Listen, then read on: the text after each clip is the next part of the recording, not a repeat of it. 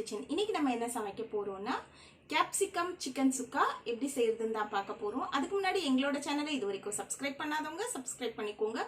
பக்கத்துல இருக்க பெல் ஐகானை பிரஸ் பண்ணுங்க. அப்பதான் நாங்க போடுற வீடியோஸ் உங்களுக்கு உடனுக்குடன் நோட்டிபிகேஷனா வரும்.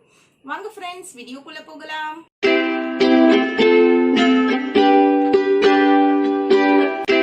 கேப்சிகம் சிக்கன் சுக்கா செய்யறதுக்கு தேவையான இன்கிரீடியன்ட்ஸ் என்னென்னு பார்க்கலாம். 3 குடமிளகா நான் 2 கலரில் எடுத்து வச்சுருக்கேன். சிக்கன் 250 கிராம்ஸ் எடுத்து வச்சுருக்கேன். 2 பெரிய வெங்காயம் நறுக்கி எடுத்து வச்சுருக்கேன். 3 மீடியம் சைஸ் தக்காளி கட் பண்ணி வச்சுருக்கேன். 5 பச்சை மிளகா கீரி எடுத்து வச்சுருக்கேன். இஞ்சி பூண்டு பேஸ்ட், மிளகாய் தூள் 2 ஸ்பூன், மஞ்சள் தூள் 1/4 ஸ்பூன் அளவுக்கு யூஸ் பண்ண போகிறோம். உப்புத்தூள் தேவைக்கு, எண்ணெய் சமைக்கிறதுக்கு தேவையான அளவு. ஸ்டவ் ஆன் பண்ணிவிட்டு ஒரு பேன் வச்சுக்க போகிறோம். பேன் ஹீட் ஆயிடுச்சு. இப்போது நான் தேவையான அளவு எண்ணெய் ஊற்றிக்கிறேன். எண்ணெய் நல்லா காஞ்சிடுச்சு. நம்ம பொடியாக நறுக்கின வெங்காயத்தை ஆட் பண்ணிப்போம்.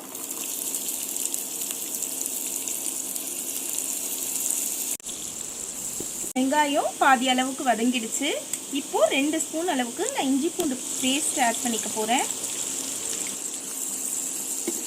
உப்பு தேவையான அளவு ஆட் பண்ணிக்கலாம். இந்த ஸ்டேஜில் நான் பச்சை மிளகாய் ஆட் பண்ணிக்கிறேன். கட் பண்ணி எடுத்து வச்ச தக்காளி ஆட் பண்ணிக்கிறேன்.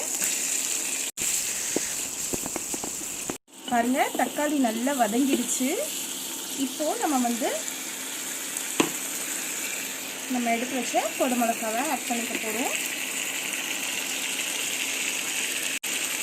சிக்கனும் இதோடய ஆட் பண்ணிக்க போகிறோம்.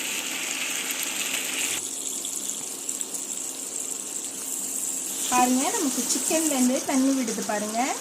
இதுலேயே நல்லா குக் ஆகும். அது 1/4 ஸ்பூன் அளவுக்கு மஞ்சள் தூள் ஆட் பண்ணிப்போம். 2 ஃபுல் ஸ்பூன் அளவுக்கு மிளகாய் தூள் ஆட் பண்ணிப்போம். இது வீட்டில் அரைச்ச மிளகாய் தூள் தான், அதனால ரொம்ப காரம் இருக்காது. இதை நம்ம நல்லா மிக்ஸ் பண்ணிவிட்டு ட்ரை ஆகிற அளவுக்கு விட்டுடலாம். ஓகே ஃப்ரெண்ட்ஸ், நம்மளோட கேப்சிகம் சிக்கன் சுக்கா ரெடி ஆயிடுச்சு. இதை நான் வேறு ஒரு பவுலுக்கு ட்ரான்ஸ்ஃபர் பண்ணுறேன்.